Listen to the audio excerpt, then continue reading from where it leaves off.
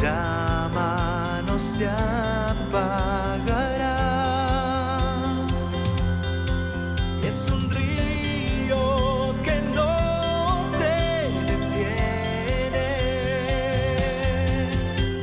El arca por fin está en casa.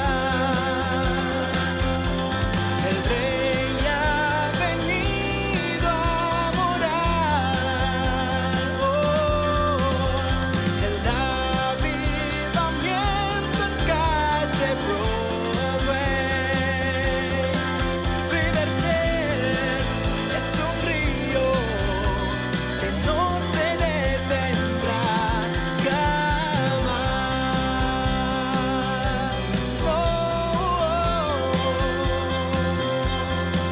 River Church es un río que no se detendrá jamás. La Biblia narra, hay un episodio en Jueces, capítulo 2, versículo 7, que me llena de interrogantes, de preguntas, me afecta, me conmueve. La palabra es me moviliza cada vez que lo leo. Jueces 2:7 dice: el pueblo, habla de la iglesia, sirvió al Señor mientras vivieron Josué y los ancianos que le sobrevivieron, los cuales todos habían visto las obras que el Señor había hecho por Israel. Todos habían visto, y el pueblo sirvió a Dios porque habían visto las obras. Pero esa generación murió y surgió otra que no conocía al Señor, ni sabía lo que Él había hecho en el pasado por Israel, y abandonaron a Dios, al Dios de sus padres. Abandonaron al Dios que los había sacado de Egipto. Siguieron a otros dioses, dioses paganos de los pueblos que estaban alrededor, y los adoraron, provocando así la ira del Señor. O sea que el ciclo de decadencia comenzó con la muerte de la generación que había tomado la tierra prometida y el surgimiento de una nueva generación. Y cuando Dios bendice una sociedad, siempre hay padres, hijos y nietos. Siempre hay 3 generaciones. Porque en Israel había una generación que nunca logró cambiar la mentalidad. Los que murieron en el desierto, los padres. Los que siguieron a Moisés, 40 años los tipos, y no se pudieron sacar la esclavitud de adentro. No se podían sacar más de 300 años de esclavitud, no se la podían sacar. O sea, Dios los sacó de Egipto, pero ellos nunca pudieron sacarse Egipto de adentro.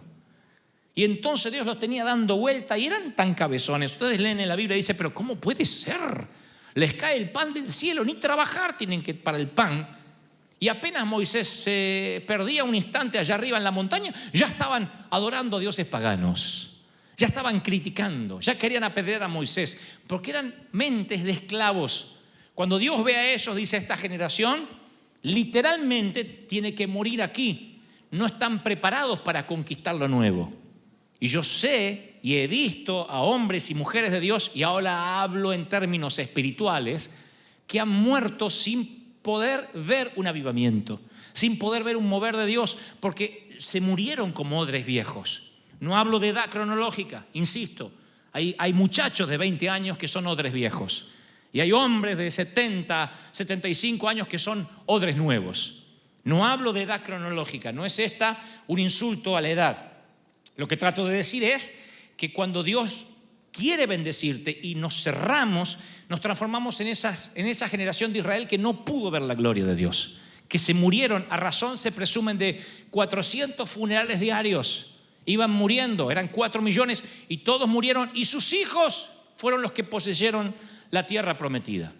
Esos hijos, dice la Biblia, esa segunda generación, la generación de la era Josué, fueron testigos desde chiquitos de todo lo que Dios hacía. Tenían la inocencia de decir: papá, ¿y por qué cae maná del cielo? Y porque Dios nos manda para que nos alimentemos. Papá, ¿viste lo que pasó? De la roca brotó agua y se abrió el mar. Yo era chiquito, pero contame la historia. Y antes de dormir, esos chiquititos se criaron en una atmósfera de milagros. Esos, creo, somos nosotros. Somos una iglesia joven. Nosotros somos una iglesia nueva. Una iglesia en una California seca, en sur de California que decían que nada crece, que aquí las iglesias están condenadas a ser pequeñas. Somos una iglesia joven, somos una iglesia pura que le creemos todo al Señor y creyentes en que Él puede hacer las cosas nuevas y nos renueva y nos bendice. Así que creo que somos la generación Josué. Llegamos y conquistamos esta tierra, y esta tierra es nuestra. Y somos una generación que hemos visto los milagros, pasan los años, ya cumplí 35 y no me puedo olvidar de la sanidad de mamá. No me puedo olvidar. ¿Cómo voy a olvidar que un día Dios entra a mi hogar, a nuestro hogar, y la sana hasta el día de hoy? Jamás pensé que iba a verla enfermarse de Alzheimer de viejita. Yo pensé que se me moría ahí a los 44 años de edad. Pero Dios la sanó. Y yo pasan los años, hoy estoy siendo pastor, predicando, abriéndome paso en el mundo de los hombres de Dios, y no puedo olvidarme, soy de la generación Josué, soy de la generación que vio los milagros de Dios. No me lo contaron, yo vi los milagros de Dios. Entonces, yo no provengo de un seminario, sino de la vida real, ¿sí? Y muchos de ustedes son eso. Ahora viene la tercera generación, que son nuestros hijos.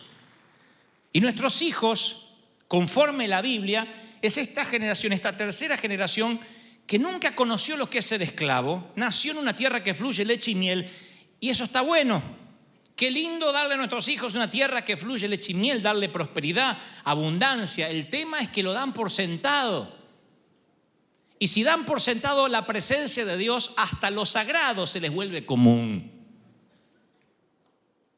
Los niños ricos no saben que son ricos. No saben.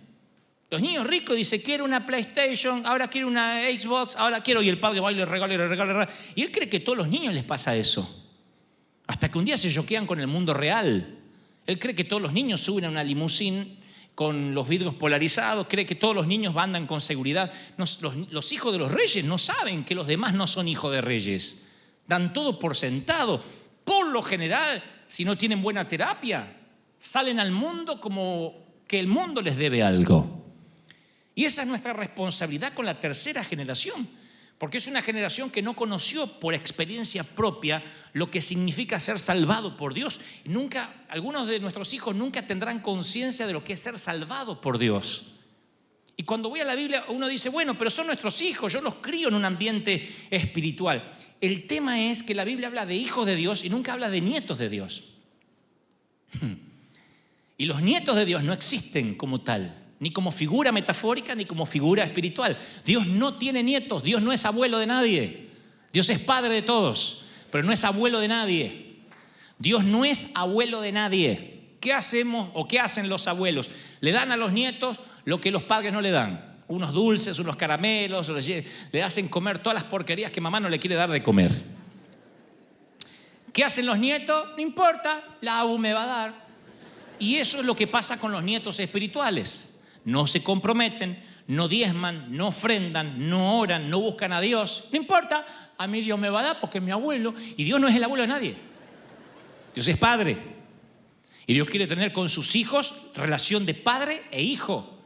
Y no le importa cuál sea tu apellido. Tu papá puede ser un gran predicador o un gran delincuente. Dios quiere tener intimidad con cada uno. Por eso me preocupa esta generación. Por eso me preocupa que nuestros jóvenes empiecen a dar por sentado la presencia de Dios. Y crea que presencia de Dios hay en todas las iglesias, que cualquiera que se una ya ora y cae la gloria. Y no es así. La presencia de Dios es un regalo que Dios le da a ciertas personas, a cierto pueblo. Y los nietos de Dios creen que lo han visto todos. Porque recuerda, tus padres, si tienes padres cristianos, pelearon batallas que tú no peleaste. Tus padres fueron salvados de una esclavitud que tú nunca experimentaste. Y es un engaño imaginar que tú no necesitas tanto a Dios como lo necesitaron tus padres. Y que nos acostumbremos a esto. Y creo, se lo he dicho más de una vez, cuanto más sabemos de Dios, parece que menos adoramos. Por eso el Señor dice, sean como niños, sean como niños. Si no son niños no pueden entrar al reino de los cielos, sean como niños. ¿Por qué no dijo crezcan, sean adultos? Dice sean como niños. Para entender el reino uno tiene que asombrarse como niño. Porque cuanto más conocemos de Dios es como que adoramos menos. No es el oceanógrafo el que debería adorar más a Dios por descubrir los corales, los cardumen de peces desconocidos. No es el cirujano que ve latir el corazón en la mano, que debería adorar a Dios por semejante creación. ¿No es acaso el que estudia las constelaciones el que debería decir, wow, miren la cantidad de constelaciones que hay en el universo, más voy a adorar a Dios? Sin embargo, son los que menos adoran y los más ateos. Entre los médicos hay muchísimos ateos, entre los astrónomos hay muchísimos ateos y entre los científicos muchísimos ateos, porque dicen todo tiene una explicación y sacan a Dios de la ecuación. Más conocen, más se alejan del Señor. Lo mismo pasa en la iglesia. Si las iglesias más duras y más muertas son donde hay más teólogos. Si las iglesias más duras al mover de Dios son cuando más la gente a veces estudia la Biblia y busca la vuelta, y este es apóstata y el otro es falso profeta y este es el libro que dice y esta es la gran ramera. Están tan preocupados por la letra que se olvidan del Espíritu. Y cuando se olvidan del Espíritu, conocen tanto de Dios que dejan de adorarlo. ¿Soy claro lo que intento decir, sí o no? Por eso algunos duermen en el servicio, por eso se les hace tedioso. Por eso algunos bostezan, porque dice, ¿cuándo va a terminar? Porque son nietos de Dios, porque nunca tuvieron un encuentro personal con Dios. Mi encuentro con Dios no te sirve. El encuentro de tus padres no te sirve. Tienes que tener tu propio encuentro con Dios, tu propia historia con Dios, caminar con Dios, caminar con el Señor. Si no, vas a ser un nieto de Dios. Porque no peleaste batallas, porque no viviste. Israel vive 400 años de fracaso. Vienen a continuación el tiempo que la Biblia define como el tiempo de los jueces. Y dice, en esos días no había rey en Israel y cada uno hacía lo que le parecía. Jueces 21-25. Cada uno hacía lo que le parecía.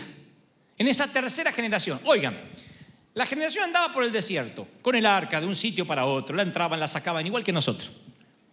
Dios les da Jericó. ¡Wow! Celebran una revolución en la ciudad. Y al cabo de unos años, ¿qué pasó con River Church?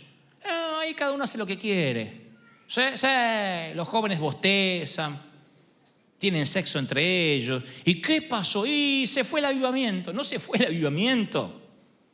Por eso muchos cristianos criamos a nuestros hijos, pasa el tiempo y decimos, ¿por qué mi hijo no sirve al Señor? Y porque quizás nunca lo formaste en el Señor. Que no es lo mismo que hacer un devocional o leerle la Biblia o mandarlo a la escuela dominical. Formarlo en el Señor significa que Él no dé nada por sentado, que aprenda que si Dios no sana, podemos morir de enfermedad. Si Dios no prospera, por más que trabajemos, nada nos va a ir bien.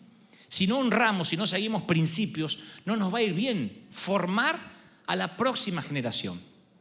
La Biblia dice, Proverbios 13:22, el hombre de bien le deja herencia a sus nietos.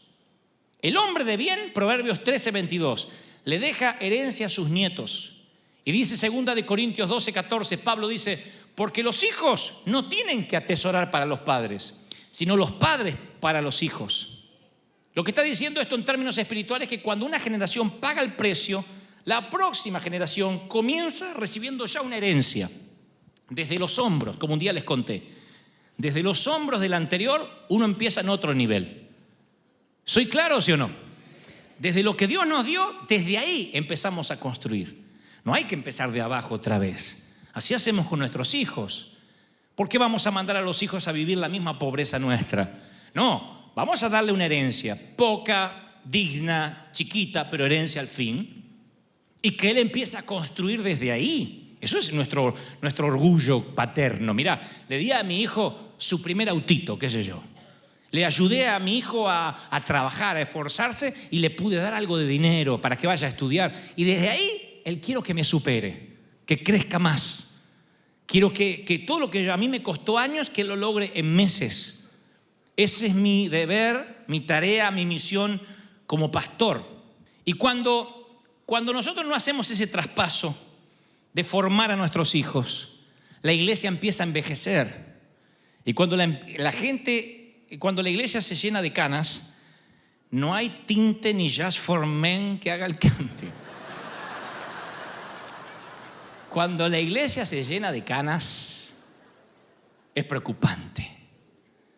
Cuando los jóvenes dejan de venir, cuando ya no hay ruidos de niños. Recién yo estaba en un sitio que tengo allí antes de salir tomando un café y justo estoy enfrente de los bebés.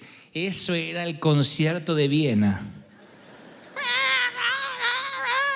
Así que si quería orar, no pude orar nada. Gritaba uno y el otro y se endemoniaba otro y el otro y el otro. Pero esto es una casa, un hogar. Yo digo, lo peor que pudiera hacer es esas iglesias donde nunca vieron un bebé hace 30 años. Ya porque no los pueden hacer ni porque vienen. Entonces digo... Oh, olvídense. Pero... No, espere. Lo que digo es, lo sorprendente de esta iglesia es que estamos vivos. Y al estar vivos generamos vida. Y al generar vida, uno sabe que esto no es para nuestra generación, sino para la próxima. Ahora, si esa otra generación no vive de primera mano las maravillas de Dios, hay un vacío generacional. ¿Qué es lo que pasó en el libro de Jueces? Había jueces, pero no había rey. Y al no haber rey, no había ley. Al no haber ley, era la anarquía total. Y cuando hay anarquía espiritual, anarquía puede haber aún con un pastor tras el púlpito. Anarquía es que cuando cada uno hace lo que quiere. El Espíritu Santo no trae convicción. No hay gente arrepintiéndose. No hay santidad. Y cuando eso empieza a pasar, hay un vacío generacional. Suceso sin sucesor es un fracaso. Podemos vivir días de luna de miel con el Espíritu Santo. Si en 15 o 20 años perdemos a nuestros hijos, o están en la droga, o están divorciados, o están en alcohol, o en sexo promiscuo, habremos perdido la batalla. Por eso este es el tiempo de disfrutarlo y también de beber todo lo que podamos para transmitir. Yo trabajaré hasta el último día de mi vida para que lo sagrado no se vuelva común. Siempre digo, es nuestra tarea hacerlo todos los días. No dar nada por sentado. No dar nada por sentado a nadie. No estar seguro de nada ni de nadie, sino todos los días trabajar en lo que Dios te manda hacer. ¿Me siguen, sí o no? Todos los días. Pero Dios tiene una solución. Se las voy a dar y para culminar. La solución es que Dios le dice, cuando Israel estaba por entrar a la tierra, luego de 40 años le dio una instrucción, dijo, hazte cuchillos afilados y vuelve a circuncidar a los hijos de Israel. Josué 5:2. Dios le da una ley, una ordenanza a Josué. Le dice, hay muchos de ustedes que son nietos, que no me conocieron, nacieron en el desierto y no están circuncidados. La circuncisión era el pacto de Dios con su pueblo. Los niños se los circuncidaban, era un pacto, era mostrar que había una relación con su Dios. Era un lugar en las zonas íntimas del hombre donde se separaba lo que simbolizaba la carne. Representaba la circuncisión un corte en aquellos lugares ocultos, que es siempre donde los hombres necesitan un corte espiritual, en los lugares ocultos, en los asuntos secretos. Y Dios le dice, quiero que vuelvas a circuncidar a todos aquellos que no están circuncidados. Quiero que traigas una nueva santificación porque no estoy dispuesto a perder una generación. Quiero que hables con los hombres de tu congregación y a aquellos que están estancados en la niñez, pero no en la niñez espiritual, sino en la niñez carnal, que son niños, que no son sacerdotes, que no son sacerdotes del hogar, que sus hijos ven que se quejan de los diezmos, que llegan tarde al servicio, que sus hijos ven que no quieren congregarse, que sus padres viven discutiendo. Esos hijos se van a perder a menos que esos padres se santifiquen. Trae una nueva circuncisión, trae una nueva palabra para ellos para que sean santificados. Dios dice, hoy quiero que vuelvan a las bases, que haya un nuevo pacto, un compromiso con Dios, que nunca nos apartaremos de Él, que amaremos al Señor, no importa si naciste en el desierto o recién te sumaste a la iglesia. Dios dice, hay un corte que tienes que hacer, hay un corte con las cosas que te atan, con las cosas que no te dejan subir a una nueva dimensión, a un nuevo nivel, y eso es lo que el Espíritu Santo nos está pidiendo hoy, para que no se pierda la próxima generación. Otra vez que vuelvan a las bases, que recuerden por qué están, que recuerden que yo los redimí, que recuerden que yo los traje con un propósito. Porque si olvidan el propósito, van a perder a la próxima generación. Y si Dios nos permitió estar cerca del querido doctor Schuller, es para que algo hayamos aprendido algunos de nosotros. Que puedes tener un gran mover del espíritu a nivel nacional y puedes perderlo de la noche a la mañana así. sea tu edificio redondo o de vidrio. Algo tenemos que aprender. Cuando Dios te permite estar en un funeral y la viuda te dice, se murió chupando vino, aprende algo. No sé si se entendió la metáfora. Claro, y a veces uno no aprende nada. Vamos a decir, ¿de qué murió tan joven? Y lo vemos al muchacho ahí de 40 años en el cajón. Y no hacía ejercicio y comía hamburguesa y tuvimos que pedir doble cajón porque no hay cómo cerrarlo de la panza. Algo, que aprendas algo. De los funerales se aprende. Algo tenemos que aprender. De las muertes de la iglesia, algo tenemos que aprender. Decir, Señor, a ver cómo puedo evitarlo. Y esto es algo que tenemos que aprenderlo para nosotros y para los hijos. Hay aquí gente separada, divorciada. Bueno, el casamiento es la unión de dos agendas hacia un solo destino. Pero a veces te tuviste que divorciar, te tuviste que separar, la cosa no anduvo. Y como pastores yo entiendo de que hay personas que ya llegan divorciadas, otras que el matrimonio está irremediablemente roto, que también lo dice la Biblia, no la doctora Polo, y está allí. No, porque algunos dicen...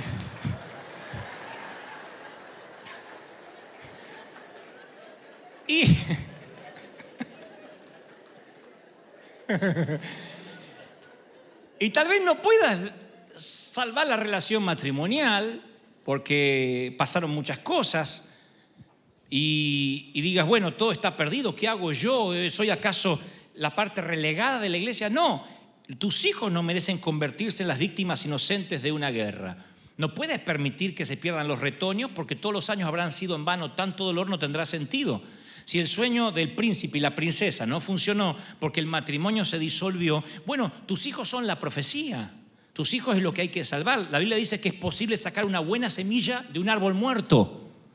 Entonces, ¿qué intento decir con esto? No es pro divorcio, no estoy diciendo divórciense. Lo que trato de decir es, aún los divorciados dicen, bueno, pero ¿qué me queda a mí? Mis hijos vivieron el divorcio, vivieron la separación, tuve que criar a mis hijos sola. Aún así, tu obligación es salvar los retoños. Del árbol muerto, Dios también puede sacar una semilla. ¿O no hemos conocido predicadores que han sido frutos de una violación? ¿O no hemos conocido niños con una familia disfuncional como este servidor, donde toda mi primera etapa de la niñez la viví solo, en una cunita, haciéndome encima, porque ni me cambiaban, porque mamá no tenía fuerza, mi hermano no sabía, mi papá estaba borracho. Y eso no me impidió ser un hombre de bien, porque Dios hace que de un árbol que está roto, putrefacto, Dios saca la semilla y la transforma en bendición. ¿Cuántos reciben esta palabra? Dígame, amén, aleluya. ¿Cuántos la reciben? Dígame amén. Grábate estas palabras en el corazón. Incúlcaselas a tus hijos. Háblales de ella cuando estés en tu casa, cuando vayas por el camino, Deuteronomio 6:6.